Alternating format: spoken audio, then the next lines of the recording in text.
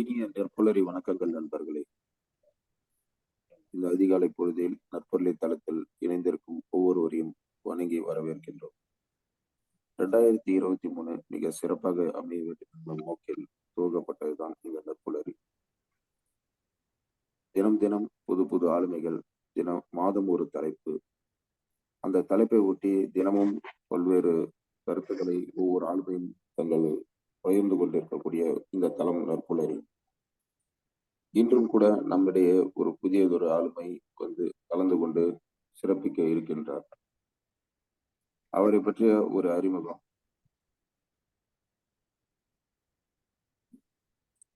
Kumaresan sir, அவரை நான் அறிமுகப்படுத்துகிறேன். அவரை பற்றிய அறிமுகத்தை சுமதி மேடம் அவர்கள் வழங்குவார். வணக்கம் நற்புலரி நண்பர்கள் அனைவருக்கும் வணக்கம். இன்று பயிற்சி களத்தில் பயிற்சி அளித்து இருக்கும் ஆளுமை பற்றிய அறிமுகம் தான் இது. இவர் மதுரை பகுதியைச் சேர்ந்தவர். இவர் புத்தகம் வாசிப்பதிலும் கிரிக்கெட்டிலும் ஆர்வம் உள்ளவர். இவர் ஒரு தனியார் துறையில் பணியாற்றி வருகின்றார். இவர் வேறு யாரும் இல்லை, ரமேஷ் முனிராஜ் அவர்கள்தான். சார், உங்களிடம் இந்த பயிற்சி தளம் ஒப்படைக்கப்படுகின்றது. முதலில் இந்த பயிற்சி தளத்தில் வருவதற்கு உங்களை வருக என வரவேற்று இந்த தளத்தை உங்களிடம் ஒப்படைக்கின்றேன். நன்றி, வணக்கம். Thank you ma'am. அனைவருக்கும் இனிய காலை வணக்கம். இந்த மந்த் டாபிக் நம்ம பார்த்தோம்னா லைஃப் இஸ் அ கேம். உண்மையில நல்ல டாபிக் கொடுத்துருக்காரு குமரேசன் சார். ஸோ நம்ம லைஃப்பை கேம்ல இருந்து லைஃப்ல நமக்கு என்ன கத்துக்கலான்ற மாதிரி இன்னைக்கு நம்ம பேசலாம்னு இருக்கேன். ஸோ இன்னைக்கு எனக்கு பிடிச்ச விளையாட்டு கிரிக்கெட். ஸோ கிரிக்கெட்ல இருந்து நம்ம என்ன மாதிரி கத்துக்கலாம், ஸோ அதுல இருந்து நம்ம லைஃப்ல நிறைய விஷயங்களை எடுத்துக்கலாம். இனிமேல் நீ கிரிக்கெட் பாக்குறதுங்களை நம்ம மாத்தலாம். லைஃப்ல நீங்க ஃபர்ஸ்ட் பார்த்து, ஏன்னா நம்ம பிறக்குல இருந்து எல்லாமே ஒவ்வொரு விஷயம் கத்துக்கிட்டு தான் வரோம். ஸோ நம்ம டெட் எண்ட் வரைக்குமே ஒவ்வொரு விஷயம் நம்ம கத்துக்கிறது மட்டும் தான் வாழ்க்கை. ஸோ அதுல நம்ம கிரிக்கெட்ல இருந்து என்ன கத்துக்கலாம் நம்ம இன்னைக்கு பாக்குறோம். இந்த கிரிக்கெட் வரலாறு பாத்தீங்கன்னா, நம்ம கிரிக்கெட்டை யார் கண்டுபிடிச்சாங்க, எந்த வருஷம் கண்டுபிடிச்சாங்கன்னு வரலாறு இல்லை. அது பாத்தீங்கன்னா 16ஆம் நூற்றாண்டுக்கு அப்புறம் தான் அது கிரிக்கெட் விளாண்டதா சில இதெல்லாம் இருக்கு, சில குறிப்புகள்லாம் இருக்கு. 17ஆம் நூற்றாண்டுல இருந்து இங்கிலாந்து விளாட ஆரம்பிச்சாங்க. ஸோ அது அபிஷியலா எப்போ வந்துச்சுன்னா 18ஆம் நூற்றாண்டு 19ஆம் நூற்றாண்டுலாம் அபிஷியலா வந்துச்சு கிரிக்கெட் கொண்டு வந்தாங்க. ஸோ நம்ம இந்தியாவில் எப்போ கிரிக்கெட் வந்துச்சுன்னா வெள்ளக்காரன் வந்தபோதே நம்ம கிரிக்கெட் வந்துருச்சு. 1922 பாத்தீங்கன்னா கிரிக்கெட் நமக்கு டெஸ்ட் கிரிக்கெட் தனியா டீம் இருந்தாங்க, இந்தியா டீம் தனியா இருந்தாங்க. ஸோ நம்ம வேர்ல்டு கப் கிரிக்கெட்ல எப்போ முன்னாடி வந்தோம் பார்த்தீங்கன்னா வேர்ல்டு கப்ல வாங்கினோம். அதுக்கப்புறம் பாத்தீங்கன்னா 1985 வாங்கினது கபில் தேவ் இருக்கும்போது. அதுக்கப்புறம் பாத்தீங்கன்னா 2012 தோனி இருக்கும்போது வாங்கினோம். ஸோ அதுக்கப்புறம் கண்டினியூஸா விளாண்டுட்டு இருக்காங்க. ஸோ வேர்ல்டு கப் போல லாஸ்ட் டைம் நம்ம இந்தியாவில் நடந்த வேர்ல்டு கப்ல கூட ஃபைனல் வரைக்கும் போனாங்க. ஃபைனல் வரைக்கும் போயிட்டு நம்ம கப் அடிக்க முடியல, நம்ம இதாயிட்டு வந்தாச்சு. ஸோ இந்த கிரிக்கெட்ல இது என்ன ஒரு கேம், கிரிக்கெட் பார்த்தீங்கன்னா நம்ம டீம் கேம் தான் அது. ஸோ 11 பேர் விளையாடுவாங்க. ஆப்போனன்ட் டீம்ல 11 பேர் இருப்பாங்க. மொத்தம் 22 பேர் விளையாடுவாங்க டீம்ல. இந்த கிரிக்கெட்ல டீம் பிளேயரா தான் இருக்கும். ஸோ யாருமே தனிப்பட்ட கேம் இல்லாம ஸோ டீமோட மொத்த குறிக்கோளும் நம்ம வெற்றியை நோக்கிதான் இருக்கும். ஸோ அதை மாதிரி நீங்க வாழ்க்கையிலையும் சரி, ஒரு பிசினஸ்லயும் சரி, ஃபேமிலியும் சரி, நீங்க எல்லாமே பாத்தீங்கன்னா உங்கள் டீம் பிளேயரா தான் நீங்க இருக்க முடியும். டீமா இருந்து நீங்க ஜெயிக்கும் போது அங்க நீங்க ஜெயிக்கலாம். ஸோ உங்களுக்கு முன்னாடி இண்டிவிஜுவலா நீங்க ஒரு தனியா குறிக்கோள் இல்லாம உங்க டீமுக்குன்னு ஒரு டாஸ்க் கொடுத்துருப்பாங்க. அந்த டாஸ்கை பேஸ் பண்ணி நீங்க போகும்போது ஜெயிக்கலாம்னு சொல்லி. அடுத்து இந்த கிரிக்கெட்ல என்னன்னா லீடர்ஷிப் கத்துக்கலாம். லீடர்ஷிப்னா என்னன்னா பேசிக்கா நீங்க கிரிக்கெட்ல பாத்தீங்கன்னா கேப்டன் தான் வழி நடத்துவாரு. ஸோ அடுத்து யார் இறங்கணும், யார் பேட்டிங் பண்ணணும், யார் பவுல் பண்ணணும்னு சொல்லிட்டு அந்த மாதிரி கரெக்டா நீங்க பண்ணும்போது, இப்போ ஒரு புது பேட்ஸ்மேன் வந்திருக்காருன்னா அவருக்கு ஏற்ற பவுலர் யாரு, அவர் ஸ்பின் பால்ல தடுமாறுவானா ஸ்பின்னை கொண்டு வரணும். அவர் ஸ்பீட்ல நல்லா பண்றாரு, ஸ்பீட்ல தடுமாறுனா ஸ்பீடை கொடுக்கணும். ஸோ அந்த மாதிரி லீடர்ஷிப் ஸ்கில் வளர்த்துக்கணும். அவங்களுக்கு ஐடியா கொடுக்கணும். நீ இந்த மாதிரி அடிக்கிற, அவனுக்கு இந்த மாதிரி பண்ணணும்னு சொல்லி. ஏன்னா லீடர்ஷிப் ஸ்கில் கிரிக்கெட்ல ரொம்ப முக்கியம். ஏன்னா நம்ம இது வரைக்கும் வேர்ல்டு கப் வாங்காதப்ப டோனி வந்ததுக்கு அப்புறம் தான் அந்த வேர்ல்டு கப் வாங்கினாங்க. அதுக்கு மாதிரி கபில் தேவ் லீடர்ஷிப்ல இது வாங்கினாங்க. ஸோ லீடர்ஷிப் ஸ்கில் டெவலப் பண்ணும் போது உங்கள் டீம் பில்ட் பண்ண முடியும். நீங்க லைஃப்லயே அடுத்த லெவலுக்கு போக முடியும். எஜுகேஷன் இதுல கிரிக்கெட்ல என்ன எஜுகேஷன், கிரிக்கெட்டை வெறும் பாக்குறது மட்டும் இல்ல. ஸோ நீங்க வேர்ல்டு கிரிக்கெட் லெவல்ல நீங்க போனா ஸோ அவங்க ஸ்டடி பண்ணுவாங்க.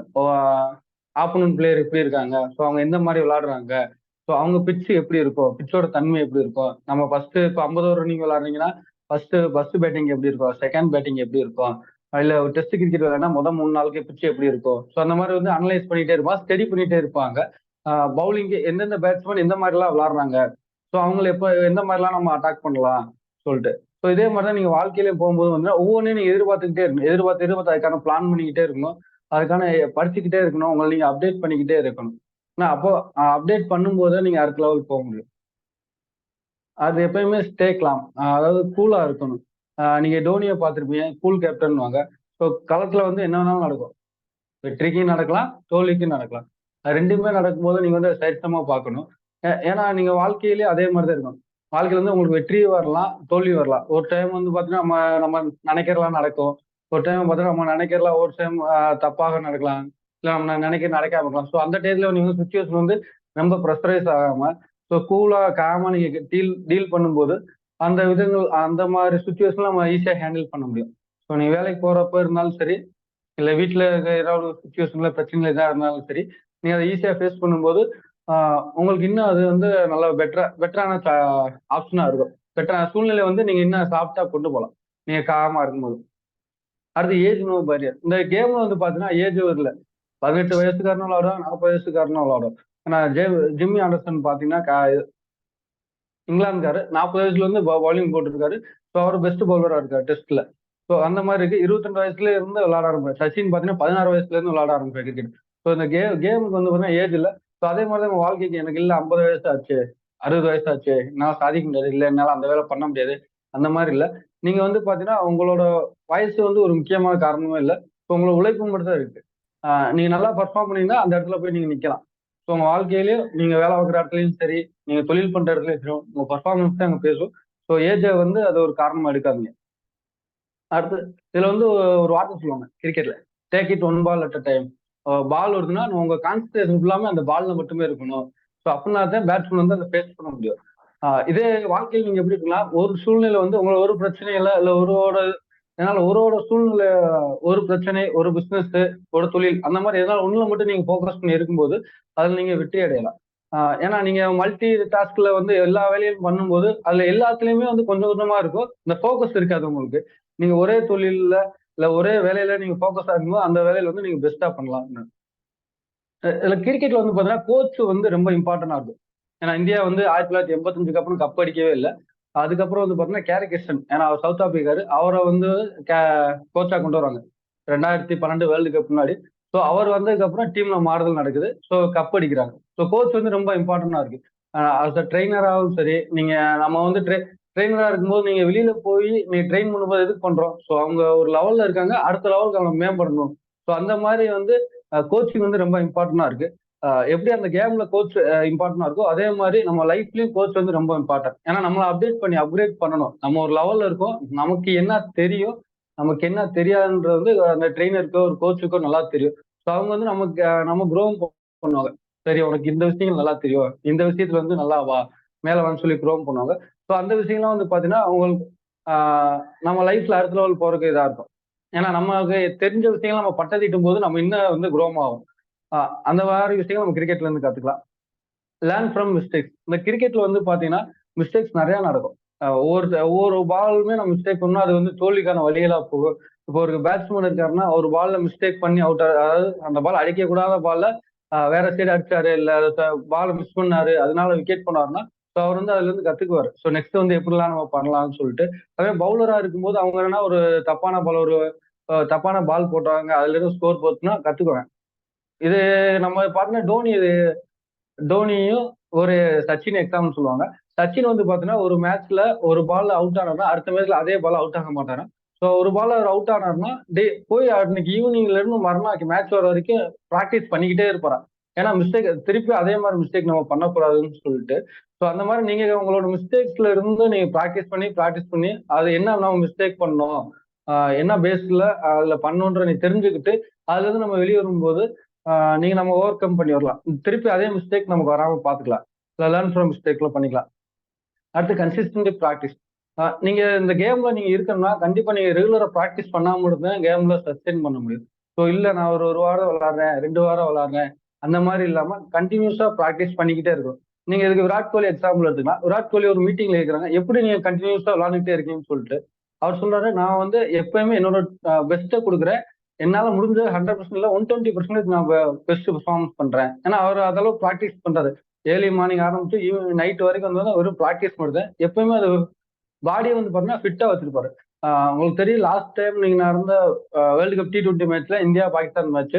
ஸோ லாஸ்ட் ஒரு அந்த டைம் 6 அடிச்சா மட்டும்தான் அது நமக்கு வந்து மேட்ச் ஜெயிக்கிற மாதிரி இருக்கு. அது வரைக்கும் பாத்தீங்கன்னா மேட்ச் பாகிஸ்தான் கையில இருந்துச்சு, நம்ம ஜெயிக்கிற மாதிரி இருந்துச்சு. அதை வந்து பாத்தீங்கன்னா அந்த டைம்ல விராட் கோலி 6 அடிப்பாரு, ஒரு முடியாத அன்பிலீவபிள் பால். ஸோ அந்த பால் வந்து அடிக்க முடியாது, ஆனா விராட் கோலி எடுத்திருப்பாரு. அது எதனால அவர் கண்டினியூஸ் ப்ராக்டிஸ்னால. ஸோ அந்த மாதிரி ப்ராக்டிஸ் பண்ணும்போதுனால உங்களால அந்த மாதிரி பெஸ்ட் பர்ஃபார்மன்ஸை கொடுக்க முடியும். ஸோ அதே மாதிரி நீங்களும் வந்து பாத்தீங்கன்னா கண்டினியூஸா ப்ராக்டிஸ் பண்ணுங்க. உங்களுக்கு வராத விஷயங்களை ப்ராக்டிஸ் பண்ணுங்க. நீங்க எங்க மிஸ்டேக் பண்றீங்க அதெல்லாம் ப்ராக்டிஸ் பண்ணுங்க. உங்களுக்கு தப்பு எங்க நடக்குதோ அதை வந்து ஓவர் கம் பண்ணி ப்ராக்டிஸ் பண்ணி வந்த போது இதா இருக்கும். ஹார்ட் ஒர்க் பண்ணணும். கிரிக்கெட்ல நீங்க வந்து பார்த்தீங்கன்னா சும்மா வந்து நானும் கிரிக்கெட் விளாடுன்ற போது நீங்க மேல வர முடியாது. ஹெவியா ஹார்ட் ஒர்க் பண்ணா மட்டும் வரணும். கண்டினியூஸா ஹார்ட் ஒர்க் பண்ணா மட்டும் வரணும். நீங்க இன்னைக்கு T20 கேப்டன் சூரியகுமார் யாதவ் இருக்கணும் 2012 வந்து பாத்தீங்கன்னா IPL டீம்ல வந்துட்டாரு, மும்பை இந்தியன்ஸ் தனியா. ஆனா அவர் இந்தியா இன்னைக்கு வரதுக்கு வந்து பாத்தீங்கன்னா கண்டினியூஸா 10 வருஷம் அது அவர் பர்ஃபார்மன்ஸை நிரூபிக்கிறதுக்கான. இன்னைக்கு ரிங்கு சிங் எடுத்துக்கலாம் நீங்க, வேர்ல்டு கப் நீங்க லாஸ்ட் T20 நடந்தாலும் அவர் தான் ஹைலைட்டரா இருந்தாரு. ஸோ அவர் வந்து பாத்தீங்கன்னா IPL டீம் கடந்த 5 வருஷங்களா இருக்காரு. ஸோ அவரோட பர்ஃபார்மன்ஸை கண்டினியூஸா கொடுக்கும்போது மட்டும்தான் அவர் வந்து அடுத்த லெவலுக்கு மேல வராங்க. நீ அடிமட்டத்துல இருந்து மேல வரதுனால உங்களுக்கு கண்டினியூஸ் பர்ஃபார்மன்ஸ் வரும். சிராக் எடுத்துக்கலாம், அவங்களோட அப்பா வந்து பாத்தீங்கன்னா ஆட்டோ டிரைவர் தான். அவர் வந்து IPL டீம்ல 6 வருடங்களா இருக்காரு. ஸோ கண்டினியூஸ் பர்ஃபார்மன்ஸ் கொடுக்குறாங்க. ஸோ அவங்களை வந்து அப்கிரேட் பண்றாங்க. ஃபர்ஸ்ட்லாம் சிராஜ் வரப்போ பாத்தீங்கன்னா அவர் பால்ல ரொம்ப அடிக்க ஆரம்பிச்சாங்க. ஸோ அதுக்கப்புறம் அவர் ரோம் பண்ணிக்கிறாரு. இதே மாதிரி நீங்க முகமது ஷமி எடுத்துக்கலாம். ஸோ ஷமிலாம் வந்து பாத்தீங்கன்னா அவரே அவர் செதுக்கினவர், தனித்தானே செதுக்கி வந்தார் முகமது ஷமி. அவர் வந்து பாத்தீங்கன்னா இன்னைக்கு வேர்ல்டு கப்ல அவர் தான் நமக்கு முக்கிய கையா இருந்தாரு, முக்கிய துருப்பு சீட்டா இருந்தார். ஸோ கேப்டனுக்கு எப்பெல்லாம் விக்கெட் வேணும் அப்பெல்லாம் அவங்க சமியை கூப்பிட்டு எடுத்தாரு. ஸோ அந்த மாதிரி உங்களும் நீங்க வந்து கண்டினியூஸா பெர்ஃபார்ம் பண்ணும்போது நீங்க வந்து ஆட்டோமேட்டிக்கா வந்து டீமுக்குள்ள வரலாம். லைஃப்லயே அதே மாதிரி தான். உங்களோட பர்ஃபார்மன்ஸ் வந்து கண்டினியூஸா இருக்கும்போது நம்ம அடுத்தடுத்த லெவலுக்கு போகலாம். நீங்க ஃபர்ஸ்ட் பண்றீங்க, ஒரு விஷயம் பண்றீங்க, உங்க ஃபெயிலியர் ஆரம்பிச்சுன்னா அதை ஸ்டாப் பண்ணாம அகைன் அகைன் ட்ரை பண்ணிக்கிட்டே இருக்கணும். ஏன்னா நீங்க இப்போ கிரிக்கெட்ல வந்து பாத்தீங்கன்னா ஒரு IPL நல்லா பெர்ஃபார்ம் பண்றாங்க, டீம் எடுக்கலைன்னா திருப்பி வந்து அடுத்த IPL வந்து அடுத்த IPL அடுத்த ரஞ்சி டிராஃபியோ நீங்க ஃபாலோ பண்ணுவாங்க. ஸோ அதுல எப்படி கண்டினியூஸ் பெர்ஃபார்ம் பண்றோம் அந்த மாதிரி இதே மாதிரி தான் நீங்க லைஃப்ல ஒரு விஷயம் நம்ம எடுக்கிறோம், அதுல ஃபெயில் ஆகிறோம்னா அதை அப்படியே ஸ்டாப் பண்ணிடாம திருப்பி கண்டினியூஸா நம்ம வந்து ஃபோக்கஸ் பண்ணிக்கிட்டே இருக்கணும். கண்டினியூஸா நம்மளோட பெஸ்ட் நம்ம கொடுத்துக்கிட்டே இருக்கணும். கொடுக்கும்போது நம்ம லைஃப்லயும் சரி, நம்ம தொழிலையும் சரி, நம்ம அடுத்த லெவலுக்கு நீங்க போக முடியும். ஏன்னா நீங்க ஒரு விஷயம் நம்ம தோத்துட்டோம், இல்ல இதோட நமக்கு முடிஞ்சுச்சு, நம்ம அடுத்த லெவலுக்கு போக முடியாது, அந்த மாதிரி இருந்துச்சுன்னா நம்ம வந்து ஒரு சராசரி மனுஷனால தான் வாழ முடியும். நம்ம அடுத்த லெவலுக்கு போக முடியாது, ஒரு நார்மலான வாழ்க்கையே போக முடியும். நீங்க கண்டினியூஸா உங்க பெஸ்ட்டையும் உங்க பர்ஃபார்மன்ஸை நீங்க பண்ணும்போது தோல்வியிலிருந்து நீங்க கத்துக்கிட்டு அடுத்து வரும்போது மட்டும்தான் நீங்க பர்ஃபார்மன்ஸ் பண்ண முடியும். இந்த மாதிரி இருக்கு. அடுத்து நம்ம வந்து பாத்தீங்கன்னா இது வரைக்கும் கிரிக்கெட் விளையாண்டுல பாத்தீங்கன்னா பூரா நம்ம வேர்ல்டு கப் 2012 வேர்ல்டு கப் அப்புறம் வந்து பாத்தீங்கன்னா செமிஃபைனல்ஸ் மட்டும் தான் வந்திருக்கோம். ஸோ அதுக்கு இந்த டைம் வந்து ஃபைனல்ல வந்து நம்ம தோத்து போயிருக்கோம். ஒவ்வொரு டைம் வந்து பாத்தீங்கன்னா கிரிக்கெட்ல நீங்க வெற்றி தோல்வி அடையும் போது வந்து பார்த்தா ரொம்ப வந்து பேதராகும். நீங்க வந்து அது எமோஷனலா ரொம்ப கண்ட்ரோல் பண்ணிருக்கணும். நீங்க வேர்ல்டு கப் கிரிக்கெட்ல பார்த்திருப்பீங்க, ஃபைனல்ல வந்து இந்தியா தோத்துச்சு. ஸோ அந்த தோத்த வந்து கிரவுண்ட்ல இருந்தது மட்டும் இல்ல, ஸோ கிரிக்கெட் பார்த்த எப்படி ஒரு கோடி பேர் பார்த்திருப்பாங்க. ஸோ எல்லாத்துக்குமே அது ரொம்ப சோகம். அதுல இருந்து மீண்டு வரணும். எப்படின்னா அது வெற்றி தோல்வி வந்து நமக்கு வந்து நம்ம இதாகுது. வெற்றியும் நமக்கு இருக்கு, தோல்வியும் நமக்கு இருக்கு. நம்ம வந்து ரொம்ப பெஸ்ட் பெர்ஃபார்மன்ஸ் மட்டும் பண்ணாலுமே அன்னைக்கான சூழ்நிலையில எப்படி அதை பேஸ் பண்ணி இருக்கு. ஏன்னா அன்னைக்கு வந்து நம்மளோட ஆஸ்திரேலியா பெஸ்டா வந்தாங்க. ஆனா அதுக்கு முன்னாடி 13 மேட்ச்கள் வந்து நம்ம கண்டினியூஸா ஜெயிச்சுட்டு வந்திருக்கோம். ஜெயிச்சாலும் ஒரு மேட்ச் தோத்தனாலும் நம்ம தோல்விகள் போகுது. ஸோ இதுல இருந்து நம்ம மீண்டு வரணும். ஸோ நம்ம கண்டினியூஸா பெர்ஃபார்மன்ஸ் பண்ணாலுமே நம்ம பெஸ்ட் பெர்ஃபார்மன்ஸ், அதுல எந்த மாற்று கருத்துமே இல்லை. பின்னால் நமக்கும் வந்து அந்த தோல்விகள் இருக்கு. நம்ம ஊர்ல நடக்குது, நம்ம கேமு, ஸோ நம்ம ஆடியன்ஸ் எல்லாம் நம்ம சுத்தி எல்லாம் சரியா இருந்தாலும் நமக்கு தோல்விகள் நடக்கும். ஸோ அந்த மாதிரி நம்ம வாழ்க்கையிலும் நீங்க பிசினஸ்லயும் அந்த மாதிரி நடக்கலாம். ஏன்னா நமக்கு எல்லாமே சரியா இருக்கு, நம்ம தான் ஜெயிப்போம், நம்ம தான் அடுத்த லெவலுக்கு போகும்போது நமக்கான அடிகள் வாழ்க்கையிலயும் சரி தொழிலையும் சரி விழுவும். அதெல்லாம் நீங்க மீண்டு வரணும். ஆனா அந்த மாதிரி வரும்போது நம்ம அடுத்தடுத்த லெவல் போக முடியும். ஏன்னா நீ அதே நினைச்சு ஒரு தோல்வியே நினைச்சு நீங்க உட்கார்ந்து இருக்கும் போது நமக்கு அடுத்த லெவல் போக முடியாது. அதெல்லாம் மீறி வரணும். கிரிக்கெட்ல வந்து பார்த்தீங்கன்னா டிசிப்ளின் ரொம்ப முக்கியமா இருக்கும். ஸோ நீங்க அதுல எப்படின்னா நீங்க white ball, no ball, so fielding mismatch பண்றது, ஒரு ரன்னிங்ல தப்பா பிட்ச்ல வந்து ஓடக்கூடாது. அந்த மாதிரி போடும்போது பார்த்தீங்கன்னா உங்களுக்கு பெனால்ட்டி வரும். இப்போ நீங்க நோ பால் போட்டா அந்த நெக்ஸ்ட் பாலுக்கு வந்து இந்த பெனால்ட்டி பால், அந்த பாலுக்கு எதுவுமே கிடைக்காது. ஒயிடு போட்டுனா ஒரு ரன் கிடைக்கும். ஸோ இதே மாதிரி நீங்க வாழ்க்கையில வந்து பார்த்தீங்கன்னா நீங்க டிசிப்ளினா இருந்தால் மட்டும்தான் உங்களுக்கு அது கண்டினியூஸா கரெக்டாக போக முடியும். நீங்க டிசிப்ளின் இல்லாட்டினா அதுக்கான பெனால்ட்டியோ அதுக்கான நம்ம ஃபைனோ ஏதாவது பண்ண முடியும். நீங்க ரோட்ல போறதா இருக்கட்டும், இல்ல வாழ்க்கையில ஒரு டிசிப்ளின் இல்லாம பண்ற விஷயங்களா இருக்கும். அதுக்கான நெகட்டிவ் பாயிண்ட் கண்டிப்பா நமக்கு திருப்பி வரும். ஸோ டிசிப்ளின் இந்த கேம்ல இருந்து நம்ம கத்துக்கலாம். இந்த கேம்ல வந்து பார்த்தீங்கன்னா ரூல்ஸ் அண்ட் ரெகுலேஷன் இருக்கும். ஸோ ரூல்ஸ் அண்ட் ரெகுலேஷன் கரெக்டாக நீங்கள் ஃபாலோ பண்ணணும். வாழ்க்கையிலும் சரி, தொழிலையும் சரி. நீங்க கேம் எப்படி ரூல்ஸ் அண்ட் ரெகுலேஷனை ஃபாலோ பண்ணி பண்ணா 11 பேர் தான் இறங்கணும். அதுக்கு டைம் மேனேஜ்மெண்ட் இருக்கு. ஸோ வந்து ஃபர்ஸ்ட் 20 ஓவர் இல்லை 50 ஓவர் போட்டு அதுக்கு டைம் கொடுத்தோம்னா அந்த டைம் மேனேஜ்மெண்ட் பண்ணி நீங்க கரெக்டாக பண்ணணும். ஸோ அதே மாதிரி நம்ம வாழ்க்கையில நீங்க டைம் மேனேஜ்மெண்ட் ரூல்ஸ் அண்ட் ரெகுலேஷனை ஃபாலோ பண்ணும்போது இன்னும் வந்து முன்னேறலாம். டைம் மேனேஜ்மெண்ட் ஏன் ரொம்ப இம்பார்ட்டன்ஸ் சொல்லுவாங்க, ஏன் அரை மணி நேரம் எக்ஸ்ட்ரா போனா என்னன்றதுக்காக இல்லை. ஏன்னா அந்த ஆஃப் அவங்களுக்கு டைம் ஃபிக்ஸ் பண்ணியிருப்பாங்க கேமுக்கு. ஸோ ஃபர்ஸ்ட் ஹாஃப் வந்து 40 நிமிஷம், அந்த 5 மணி நேரம் 6 மணி நேரம், அந்த 5 மணி நேரம் 6 மணி நேரத்துக்குள்ள நீங்க பவுலிங் போட்டாலும் இப்போ அந்த கண்டினியூஸா அதுக்குள்ள நம்ம வந்து பவுலர் கரெக்டா சொல்லி போடணும், ஃபீல்டிங் வந்து மிஸ்மேட் இல்லாம பண்ணணும், நீங்க பால் வந்து வேஸ்டா, அதாவது நோ ரன் போகாம இருக்கணும். ஸோ ரொம்ப நேரம் நம்ம டிஸ்கஸ் பண்ணக்கூடாது. ஸோ இதெல்லாம் வந்து கண்ட்ரோல் பண்ணி நீங்க பண்ணும்போது மட்டும்தான் டைம் எக்ஸஸ் போகாம கரெக்டாக டயத்தை மேனேஜ்மெண்ட் பண்ண முடியும். இதே நீங்க அடுத்து T20 மேட்ச்ல வந்துட்டீங்கன்னா நம்ம 3 மணி நேரம் டைம், அதுல எல்லாம் ஒரு ஓவர் மிஸ் பண்ணாலே உங்களுக்கு வந்து அந்த மேட்சே நமக்கு தோக்குற அளவுக்கு போயிடும். ஸோ அந்த டயத்துல அந்த நீங்க 50 ஓவரோட 20 ஓவர் வந்து டைம் மேனேஜ்மெண்ட் ரொம்ப முக்கியமா இருக்கும். ஸோ அதனால நீ அந்த கேம்ல டைம் மேனேஜ்மெண்ட் ரொம்ப முக்கியமா இருக்க மாதிரி நம்ம வாழ்க்கையில டைம் மேனேஜ்மெண்ட் ரொம்ப முக்கியமா இருக்கும். நீங்க லாங் டேர்ம் ப்ராசஸோட ஷார்ட் டேர்முக்கு டைம் மேனேஜ்மெண்ட் ரொம்ப இதா இருக்கும். நமக்கு எது ப்ரியாரிட்டி, எது வேணும், எது வேணாம்னு சொல்லிட்டு முக்கியமான விஷயங்களா நம்ம கேதர் பண்ணும்போது அந்த டைம் மேனேஜ்மெண்ட் இன்னும் நமக்கு பெஸ்டா கொடுக்கும் லைஃப்ல அடுத்த லெவலுக்கு போகும்போது. ஏன்னா இப்போ நம்ம மீட்டிங் ஆரம்பிக்கணும்னாலே நமக்கு டைம் மேனேஜ்மெண்ட் இருக்கு. ஸோ இது நமக்கு வந்து இப்போ 5:30ல இருந்து 5:30ல இருந்து 6:30 வரைக்கும்னா அந்த டைம் மேனேஜ்மெண்ட் டயத்தை நம்ம கீப் அப் பண்ணி மேனேஜ்மெண்ட் பண்ணாம நம்ம கண்டினியூஸா நம்ம பெர்ஃபார்ம் பண்ண முடியும். ஸோ இல்ல கொஞ்ச நேரம் லேட் ஆகுது அந்த மாதிரி ஆகுன்றப்ப நம்ம பெர்ஃபார்ம் பண்ண முடியாது. ஸோ வாழ்க்கையில நீ டைம் மேனேஜ்மெண்ட் கரெக்டாக கீப் அப் பண்ணுங்க. ஸோ நம்ம கேம்ல வந்து பாத்தீங்கன்னா டீம்ல வந்து பாத்தீங்கன்னா கங்குலி வர்றதுக்கு முன்னாடி வந்து பாத்தீங்கன்னா ஒரு 11 பேர் அவங்க மட்டும் தான் இருந்தாங்க. ஸோ கண்டினியூஸா நீங்க 1980-90 கிரிக்கெட்லாம் பாத்தீங்கன்னா அந்த 11 பேர் மட்டும் தான் விளையாடுவாங்க. எந்த மேட்சா இருந்தாலும் இது டெஸ்டா இருக்கட்டும், ஒன் டேவா இருக்கட்டும். அதுக்கப்புறம் கங்குலி வந்ததுக்கு அப்புறம் தான் டீம் வந்து இன்னோவேட்டிவா புதுசா கொண்டு வந்தாரு. புது வீரர்களை உள்ள கொண்டு வந்தாரு. ஸோ அதே மாதிரி உங்க வாழ்க்கையில வந்து பாத்தீங்கன்னா புது புது விஷயங்களும் உள்ள கொண்டு வாங்க. நமக்கு எது வேணும், எது வேணாம், நமக்கு தேவையில்லாத விஷயங்கள் நம்ம வாழ்க்கையில இருந்தா அதை கழட்டி விடணும். இப்போ புது விஷயங்கள் நம்ம இன்னோவேட்டிவா கொண்டு வரும்போதே உங்களுக்கு வாழ்க்கை வந்து க்ரோ ஆகும். நம்ம கங்குலியை கொண்டு வந்ததுக்கு அப்புறம் டோனி அதை திருப்பி அதை அப்படியே ஃபாலோ பண்ணி கொண்டு வந்தாங்க. ஸோ பழைய வீரர்கள் எல்லாம் வெளியேற்றினாங்க. அது சேவாக்கா இருக்கட்டும், சேவாக்கா இருக்கட்டும், லட்சுமணா இருக்கட்டும், டிராவிட்டா இருக்கட்டும், கங்குலியா இருக்கட்டும். ஸோ அவங்களும் வெளியேற்றினாங்க. அவங்களும் வந்து ரொம்ப முக்கியமான வீரர்கள். நமக்கு வாழ்க்கையில இந்த மாதிரி முக்கியமான வீரர்களாக முக்கியமான வீர நண்பர்களா இருக்கட்டும், இல்ல முக்கியமான பொருள்களா இருக்கட்டும், நமக்கு அது தேவையில்லை, நம்மளோட வளர்ச்சிக்கு அது தடைபடும்னா அதை நம்ம கண்டிப்பா கட் பண்ணியே ஆகணும். அந்த இதெல்லாம் ஏன்னா அந்த மாதிரி முக்கியமான டர்னிங் பண்ணும்போது நம்ம வேர்ல்டு கப்ன்ற ஒரு பெரிய இதை அச்சீவ் பண்ண முடிஞ்சுச்சு. அன்னைக்கு வந்து அவங்க 3 பேர் இருந்தாங்கன்னா, ஸோ அவர் சொன்ன காரணங்கள் என்ன, அவங்க வந்து ரொம்ப சீனியர் பிளேயரா இருக்காங்க. ஸோ ஃபீல்டிங்ல ரொம்ப மிஸ்டேக் பண்றாங்க. ஸோ அவங்களே மிஸ்டேக் பண்ணும்போது ஜூனியர் பசங்க வந்து கேட்க மாட்டாங்க. அவங்கள வந்து நம்ம சொல்ல முடியல, ஏன் அவர் கேட்ச் விட்டார் அவர் ஒன்றும் சொல்ல மாட்டேங்க, அவர் ஃபீல்டிங் சரியா பண்ணல அவர் சொல்ல மாட்டேன்றாங்க. ஸோ அந்த மாதிரி என்னோட வளர்ச்சிக்கு இது தடையா இருக்கு, எனக்கு இதெல்லாம் அவர் இதெல்லாம் வந்து வேணாம்னு சொல்லி போர்டுல வந்து சொல்லி அவங்க 3 பேர்த்த கிளியர் பண்ணாரு. அவங்க 3 பேரும் வந்து பாத்தீங்கன்னா ரொம்ப நம்ம லெஜெண்டான நம்ம கிரிக்கெட்ல. ஸோ அவங்களே எடுத்தாரு. ஏன் எடுத்தாருன்னா நமக்கான கோல்ஸ் வந்து பாத்தீங்கன்னா world cup. So world cup என்ன அவங்க என்ன பெஸ்ட் பெர்ஃபார்மன்ஸா இருந்தாங்க. ஆனா வேர்ல்டு கப்புக்கு அவங்க தேவையில்லை. அவங்க தேவையில்லைன்றப்போ அவங்களை ஒதுக்குனாரு. ஸோ இதே மாதிரி உங்க வாழ்க்கையில எவ்வளவு முக்கியமான ஆளா இருந்தாலும் சரி, நம்ம லட்சியத்துக்கு நம்மளோட இதுக்கு வந்து தேவையில்லாதவங்க இருந்தாங்கன்னா நம்ம அதில் நீ ஒதுக்கி உங்க லட்சியத்துக்கு யார் வேணுமோ அவங்கள வச்சு நீங்க மூவ் பண்ணும்போது இன்னும் வந்து வாழ்க்கை சிறப்பா இருக்கும். உங்க லைஃப்ல இருந்து நீங்க நிறைய கத்துக்கலாம். ஸோ இந்த மாதிரி ஒவ்வொரு கேம்ல இருந்து நிறைய விஷயங்கள் கத்துக்கலாம். இந்த வாய்ப்பளித்த நட்புலர் டீமுக்கும் அனைவருக்கும் நன்றி. நன்றி, நன்றி சார். ரொம்ப அருமையான முதல் செஷனே சூப்பரா எடுத்திருக்கீங்க. Life is a thank you. Game. அதுல கிரிக்கெட் வந்து நீங்க மிங்கிள் பண்ணி சொல்லியிருக்கீங்க.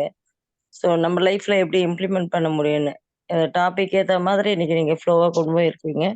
ரொம்ப ரொம்ப அருமை. ஃபீட்பேக் வழங்குறவங்க உங்களுடைய ஹேண்ட் ரைஸ் பண்ணுங்க. ஹேண்ட் ரைஸ் பண்றவங்களுக்கு மட்டும் தான் ஃபர்ஸ்ட் ப்ரியாரிட்டி கொடுக்கப்படும். கன்க்ளூஷனுக்கு வந்த பின்னாடி யார் ஹேண்ட் ரைஸ் பண்ணாலும் ஃபீட்பேக் வழங்கப்படாது. ஸோ ஹேண்ட் ரைஸ் பண்ணுங்க.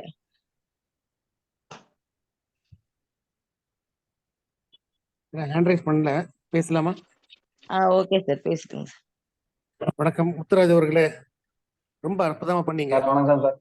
நிறைய விஷயம் கட நல்லா சொன்னேன். எல்லாம் ஃபர்ஸ்ட் கிளாஸ் ஃப்ளோ. ஏற்கனவே நீங்க நம்ம நற்புறையில வந்திருக்கீங்க. அப்போ இதே மாதிரிதான் இருக்குது. நல்ல ஃப்ளோ, நல்ல செய்திகள் நிறைய, ஒரு கதம்ப மாலையா தொடர்த்தீங்க. எல்லா கண்ட்ரி இருக்கிற பிளேயர்ஸ் பத்தி, அவங்களோட குணாதிசயங்களை பத்தி, அதுல என்ன வாழ்க்கையில பாடம் எடுத்துக்கலாம் ரொம்ப அற்புதமா சொன்னீங்க. நல்லா ஹார்ட் ஒர்க் பண்ணிருக்கீங்க. நீங்க நிறைய விஷயம் சேகரிச்சிருக்கீங்க. ஒவ்வொரு ஆஸ்பெக்ட் ஆஃப் ட்ரைனிங், அதுலேருந்து வாழ்க்கை, அதுலேருந்து இந்த வாழ்க்கை பாடம் எப்படி நம்ம கிரிக்கெட்லேருந்து எடுத்துக்கலாம் ரொம்ப அற்புதமாக சொன்னீங்க. இந்த கிரிக்கெட் ரொம்ப காமனான கேம் இந்தியாவில். பொதுவாக நிறைய பசங்கள்கிட்ட கேட்டால் இந்தியாவோட நேஷனல் கேம் எதுன்னு கேட்டால் கிரிக்கெட் தான் சொல்லுவாங்க. ஆனால் கிரிக்கெட் கிடையாது. ஏன்னா அதோட கிரிக்கெட் எல்லா மனசுலும் வியாபிச்சிருக்குது. அதுவே நல்ல விஷயம். எல்லாருக்கும் தெரிஞ்ச பாயிண்ட்டோட தெரியாத நிறைய சொன்னீங்க. ஏன்னா அந்த ஒரு நல்ல ஒரு ட்ரெயினர் அடையாளமே லெசர் நோன் ஃபேக்ட்ஸு, உண்மையான ஃபேக்ட்ஸ் சொல்கிறது ரொம்ப அடையாளம். அதே மாதிரி ரொம்ப நல்லா பண்ணீங்க. I wish you all the very best. வாழ்த்துக்கள், நன்றி, பாராட்டுக்கள்.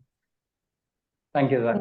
நன்றி மேஜர் நாராயண் சார். ரொம்ப நாளைக்கு பிறகு மறுபடியும் வந்து கலந்துருக்கீங்க, அதுக்கே நன்றி.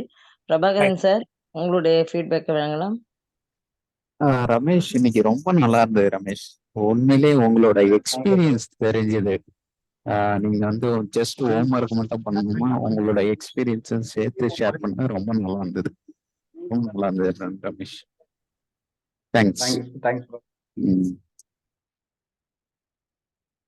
லக்ஷ்மணன் சார், உங்களுடைய ஃபீட்பேக்கை வழங்கலாம். இனிய நற்புலரி மேடம் வணக்கங்கள் மேடம் நண்பர்களே. மேடம் மேடம் மேடம் மேடம் சொல்லுங்க சார். ஒரே விஷயம், எனக்கு ஹேண்ட் ரைஸ் பண்றது தெரியல. ஆக்சுவலா எனக்கு ஆன்லைன்ல பண்ண தெரியாது. ஒரு 3-4 தடவை தான் வந்திருக்கேன். எனக்கு ஒரு வாய்ப்பு கொடுங்க. நன்றி நன்றி. ஓகே சார், கண்டிப்பாக சார். லக்ஷ்மணன் சார், உங்கள் ஃபீட்பேக்கு அதுக்கப்புறம் அவருக்கு கொடுக்குற வாய்ப்பு. இனிய நற்புலரி வணக்கங்கள் நண்பர்களே. இன்னைக்கு திரு ரமேஷ் முத்துராஜ் அவர்கள் வந்து லைஃப் இஸ் கேம் இந்த தலைப்பின் கீழே கிரிக்கெட்டை மையமா வச்சு வாழ்க்கை பாடத்தையும் அது விளையாட்டையும் இணைத்து பல நல்ல கருத்துக்களை வழங்கியிருக்கார். அவருக்கு என் முதற்கண் பாராட்டுக்களை, வாழ்த்துக்களை தெரிவிச்சுக்கிறோம். பொதுவாக வந்து பார்த்தீங்க அப்படின்னா கேமை வந்து வாழ்க்கையோட ஒட்டி பார்க்குறவங்க ரொம்ப ரொம்ப கம்மி. அதை ஒரு பொழுதுபோக்காகவும் அது ஒரு ஒரு விளையாட்டாக தான் எடுத்துப்பாங்க. அதை தவிர அதை வந்து வாழ்க்கையோட ஒட்டி அதில் உள்ள கருத்து சாராம்சம் நம்ம வாழ்க்கைக்கு எந்தெந்த விதத்தில் பயன்படுது அப்படின்றத பற்றி பார்க்க மாட்டாங்க. எனக்கு தெரிஞ்சு இவர் கிரிக்கெட்டு மேலே ரொம்ப தீவிர அபிமானியாக இருப்பாருன்னு நினைக்கிறேன். அதனால தான் ரொம்ப நுட்பமாக பல விஷயங்களை வந்து ஒரு சேகரிச்சிருக்கார், அதை வந்து உற்று நோக்கியிருக்கார் அப்படின்னு நான் கருதுறேன். ஒவ்வொரு பிளேயர்ஸ் அவங்களுடைய விளையாட்டு திறன் மற்றும் அவங்களுடைய ஸ்டைல், அப்புறம் வந்து பார்த்தீங்கன்னா கிரிக்கெட்டோடைய பல விஷயங்களை அதோட அந்தமா துவங்கி அந்த துவக்கத்துல இருந்து அவர் ஃபாலோ பண்ணி வந்திருக்காருன்னு நினைக்கிறேன். சிறு வயதுலேருந்து அவருக்கு உள்ள அபிமானத்தின் காரணமாக அதில் உள்ள விளையாட்டு வீரர்கள்ல இருந்து ஆரம்பிச்சு ஒவ்வொரு கட்டத்திலையும் எப்படியெல்லாம் இந்திய கிரிக்கெட்டை கடந்து வந்திருக்கு நம்ம நாட்டுடைய விளையாட்டு வரலாற்றுல அப்படின்றதெல்லாம் நுட்பமாக கடந்து இந்த பயிற்சியை வழங்கியிருக்காரு. அவருக்கு நமது பாராட்டுகள். இடையிடையில சில நாட்கள் அவர் வந்து பங்கேற்பாளராக இருந்து அமைதியாக வாட்ச் பண்ணிட்டு இருந்திருக்காரு. இது வரைக்கும் எந்த கருத்துக்களும் சொன்னதில்லை. இந்த முதல்ல நம்ம தளத்துல வந்து பயிற்சியை வழங்கியிருக்காரு. அவருக்கு நமது பாராட்டுகள், வாழ்த்துக்கள். தொடர்ந்து நீங்க இந்த தளத்துல பயணிக்க வேண்டும் என்ற வேண்டுகோளை வைத்து நற்புலரின் ஒரு ஒருங்கிணைப்பாளர் வைத்து விடைபெறுகிறேன். நன்றி, வணக்கம். நன்றி, நன்றி சார். நெக்ஸ்ட் ரிச்வி அருணகிரி சார், உங்களுடைய ஃபீட்பேக்கை வழங்கலாம். குட் மார்னிங் நட்புலரி மேடம், கேக்குதுங்களா? கேக்குதுங்க சார், சொல்லுங்க. குட் மார்னிங் நட்புலரி. Good morning Ramesh sir. ஆக்சுவலா அப்பியரன்ஸே வந்து ரமேஷ் சார் வந்து ஒரு கிரிக்கெட்டர் மாதிரி தான் இருக்கார் பார்க்கறதுக்கு. ஸோ அவர் நரேட் பண்ண விதங்கள்லாம் ரொம்ப அருமையா இருந்தது. இந்தியன் கோட்ஸ், இந்தியன் கிரிக்கெட்டரோட கோட்ஸ், நம்ம இந்த சச்சின் டெண்டுல்கர் வந்து காட் ஆஃப் கிரிக்கெட்னு சொல்லுவோம். அவர் சொல்லுவாரு, I play cricket because I love it, it's my passion சொல்லுவாரு. அவர் தான் நம்ம கிரிக்கெட்டோட கடவுளாக எடுத்துக்கிறோம். ஸோ அந்த விதத்தில் அந்த கிரிக்கெட்டை பற்றி டீப்பாக ஸோ அவரையும் வந்து அதில் இணைச்சு சொன்ன விதங்கள் வந்து ரொம்ப அருமையாக இருந்தது. வாழ்த்துக்கள் ரமேஷ் சார், வாய்ப்புக்கு நன்றி. நன்றி. தாமோதரன் சார், உங்களுடைய ஃபீட்பேக்கை வழங்கலாம். நற்புலரி காலை வணக்கம். ரமேஷ் சார், மிக சிறப்பாக கிரிக்கெட்டை பற்றி சொல்லியிருக்கீங்க. நான் கிரிக்கெட் ஆனது கூட கிடையாது சார். நான் ஆடும்போது வேடிக்கை பார்ப்பேன், அவ்வளோதான். கிரிக்கெட்டை பற்றி அதிகமாக எனக்கு தெரியாது. ஆனால் நீங்கள் இன்று கூறியதை பார்த்தால் கிரிக்கெட் ஆட வேண்டும் என்று எண்ணம் இருந்தாலும் என்னால் இப்போ ஆட முடியாது. சாரி. நல்ல சிறப்பு சார், நல்ல சிறப்பான பேச்சு. வாழ்த்துக்கள், வாழ்த்துக்கள் சார். தேங்க்யூ. நன்றி, நன்றி சார். அல்ஃபா சின்னராஜ் சார், உங்களுடைய ஃபீட்பேக்கை வழங்கலாம். வணக்கம். நற்புழறி வணக்கம். வணக்கம் சார். என்னோட பேர் சின்ன ராஜா. சின்ன ராஜா. எனக்கு கொஞ்சம் ஆன்லைன்ல தான் பழக்கம் இல்லை, அதனாலதான் ரெக்வஸ்ட் கேட்டேன். இன்றைக்கு தலைப்பு வந்து விளையாட்டு. கிரிக்கெட் பத்தி ரமேஷ் முத்துராஜ் சார் பேசினாரு. எனக்கும் கிரிக்கெட்டுக்கும் ரொம்ப தூரம், ரொம்ப ரொம்ப ரொம்ப தூரம். அந்த கிரிக்கெட்ல நீங்க விசுவலைஸ் பண்ணீங்க, என்னைய விசுவலைஸ் பண்ண வச்சீங்க. கிரிக்கெட்னா பணக்காரங்கள் விளையாட்டு, அவங்க தான் பண்ணுவாங்க, அந்த மாதிரி ஒரு சூழ்நிலை என்னுடைய சூழ்நிலை, அப்போதைய சூழ்நிலை. இப்ப மிக அழகாக எனக்கு தகப்பன் சாமியாக இருந்து, தகப்பன் சாமினா நீங்க தம்பின்னு நினைக்கிறேன், அப்பனுக்கு பாடம் சொன்ன சுப்பையா, அந்த மாதிரி பல விஷயங்களை கொடுத்துருக்கீங்க. நன்றி, மகிழ்ச்சி. வாழ்க வளர்க வெல்க. நான் உங்கள் தகப்பன் சின்னராஜா. வாழ்க வாழ்க வாழ்க. நன்றி. நன்றி நன்றி சார். அடுத்ததாக ரிச் நாராயணன் சார், உங்களுடைய ஃபீட்பேக்கை வாங்கலாம். வணக்கம், எல்லோருக்கும் வணக்கம். ரமேஷ் முத்துராஜ் வணக்கம். நல்ல, அதாவது ஒரு கேம்னா என்ன, அது கேம் விளையாடாத ஆள் கூட அந்த கேமை பற்றி பேசிக்லேருந்து எப்படி முன்னேறினாங்க, அவங்க என்னென்ன பயிற்சி பண்ணாங்க, எப்படி இருந்தாங்க அந்த இடத்துல அப்படின்னு சொல்லி எல்லா இதையும் சொல்லும்போது அந்த ஒரு கேமு விளையாடணும்னு தோணுது. ஆக்சுவலாக நான் கிரிக்கெட் பார்க்க மாட்டேன், ஆனால் கிரிக்கெட்டை பற்றி டேட்டாவை கலெக்ட் பண்ணுவேன், ஒரு அந்த இது பார்ப்பேன். இப்போ கூட வேர்ல்டு மேட்ச்சில் வந்து ஃபைனல் வர வந்தாங்க, நம்ம தோந்தோம். ஆனால் அது தோந்ததை தான் எல்லாரும் ஹைலைட் பண்ணாங்களே தவிர அதுக்கு முன்னாடி உள்ள மேட்ச்சில் நம்ம வின் பண்ண அதை பற்றி பேசலை. அதாவது கேம் வந்து வெற்றி தோல்வி இருக்கும், ஆனால் அதை எப்படி ஹேண்டில் பண்ணணும் அதுதான் சைக்காலஜின்னு சொல்லுவாங்க. தோந்தாலும் வெற்றி அடைஞ்ச மாதிரி தான் தோல்வி அடைஞ்சோம், அதை யாரும் சொல்ல மாட்டாங்க. அதனால் ஒவ்வொரு இதையும் நீங்கள் ரசித்து சொல்லும்போது உங்கள்கிட்ட அந்த கேமோட இன்வால்மெண்ட் என்ன இருக்குது அப்படின்னு சொன்னீங்க. ரொம்ப சூப்பர். இப்போ நல்ல இம்ப்ரூவ்மெண்ட் ஆகிருக்கீங்க. இந்த மாதிரி நல்ல ஒரு நிறைய டேட்டா கலெக்ட் பண்ணி நல்ல ஒரு இந்த மாதிரி ப்ரெசன்டேஷன் எல்லாத்துலேயும் கொடுக்கணும். வாழ்த்தி வரை. நன்றி, வணக்கம். Thank you sir. Thank you sir. உங்களோட ஆசீர்வாதங்களா சார். தேன்மொழி மேடம், உங்களுடைய ஃபீட்பேக்கை வாங்கலாம். அனைவருக்கும் வணக்கம். ஹலோ ரமேஷ். வணக்கம். ரொம்ப நாள் கழிச்சு பாக்குறோம். நல்லா இருந்தது ஸ்பீச், நிறைய இம்ப்ரூவ்மெண்ட் தெரியுது. அப்புறம் இது வந்து உங்களுக்கு செகண்ட் மீட் இல்ல இதுல, இந்த தளத்துல? இல்ல, இதுல மூணாவது. ஓகே. நல்லா சொல்றீங்க. வாழ்க்கை ஒரு விளையாட்டு, அதானே அதனுடைய தமிழ் ஆக்கம் இல்லையா? ஓகே. அதாவது நம்ம இவ்வளவு தூரம் கிரிக்கெட் அனலைஸ் பண்ற மாதிரி நம்ம வாழ்க்கையெல்லாம் அனலைஸ் பண்ணி எல்லாம் நடந்துக்கிறதே கிடையாது. எந்த விஷயத்துலயும் போற போக்குல வாழ்ந்துட்டு போறோம். இப்படி செய்யணும் அப்படி செய்யணுன்ற மாதிரி எந்த விஷயத்தையும் நம்ம எடுத்து ஒரு பர்ஃபெக்டா இப்படியெல்லாம் பண்ணணும் அப்படின்னு செய்யறோமா அப்படிங்கிறது எனக்கு தெரியல. நல்லா இருந்தது உங்களுக்கு அதை கம்பேரிசன் பண்ணது. எனக்கு கிரிக்கெட் ரொம்ப பிடிக்கும். அப்போ இப்பெல்லாம் பிடிக்கிறது கிடையாது, ரொம்ப கமர்ஷியல் ஆயிடுச்சு அப்படிங்கிறதுனால நான் பாக்குறது கிடையாது ரொம்ப. அதாவது அப்பெல்லாம் கிரிக்கெட்டுங்கிறது வந்து எப்போ வரும் அப்படின்னு காத்துட்டு இருந்து பார்ப்போம். இப்ப அப்படி கிடையாது. டிவியை திறந்தா ஸ்போர்ட்ஸ் சேனல்ல கிரிக்கெட் இருந்துகிட்டே இருக்குங்கிறதுனால அதுல ஒரு ஆசை போயிடுச்சு எனக்கு. அதனால நான் இப்ப பாக்குறது கிடையாது. நல்லா சொன்னீங்க கம்பேரிசன். அது ஒரு ஒரு ஒரு ஒரு விஷயத்தையும் சொல்லி அது அந்த விளையாட்டோட அது எப்படி நம்ம லைஃபோட கம்பேர் பண்ணி பண்ணணும் அப்படிங்கிற மாதிரி நல்லா சொன்னீங்க. ரொம்ப நல்லா இருந்தது. ரொம்ப நாள் கழிச்சும் நான் இந்த தளத்திலையும் வந்திருக்கேன். இன்னும் நிறைய அடிக்கடி இந்த மாதிரி ஒரு வாய்ப்புகள் கிடைச்சா நீங்க மறுபடியும் வேற விஷயங்கள்ல எடுத்து தளத்துல பேசுவீங்கன்னு எதிர்பார்க்கிறேன். நன்றி. ரமேஷுக்கு வந்து வாய்ப்பளித்த இந்த தளத்துக்கும் ஒரு நன்றி சொல்லிக்கிறேன். நன்றி, வணக்கம். தேங்க்யூ. நன்றி மேடம். நல்ல ஒரு சிறப்பான பயிற்சி. வேற யாராவது ஃபீட்பேக் வழங்க இருக்கிறீங்களா? நான் க்ளோசிங் வரேன். ஓகே. ரொம்ப ஒரு சிறப்பான பயிற்சி சார் இன்னைக்கு. நீங்க எடுத்த டாபிக்கும் சரி, நம்ம லைஃபையும் கேமாவும் சரி, ரெண்டுமே மிங்கிள் பண்ணி அருமையா சொன்னீங்க. ஒவ்வொரு விஷயமும் ஃபுல்லா இம்பார்ட்டன்ட் மேட்டரா கொண்டு போனீங்க.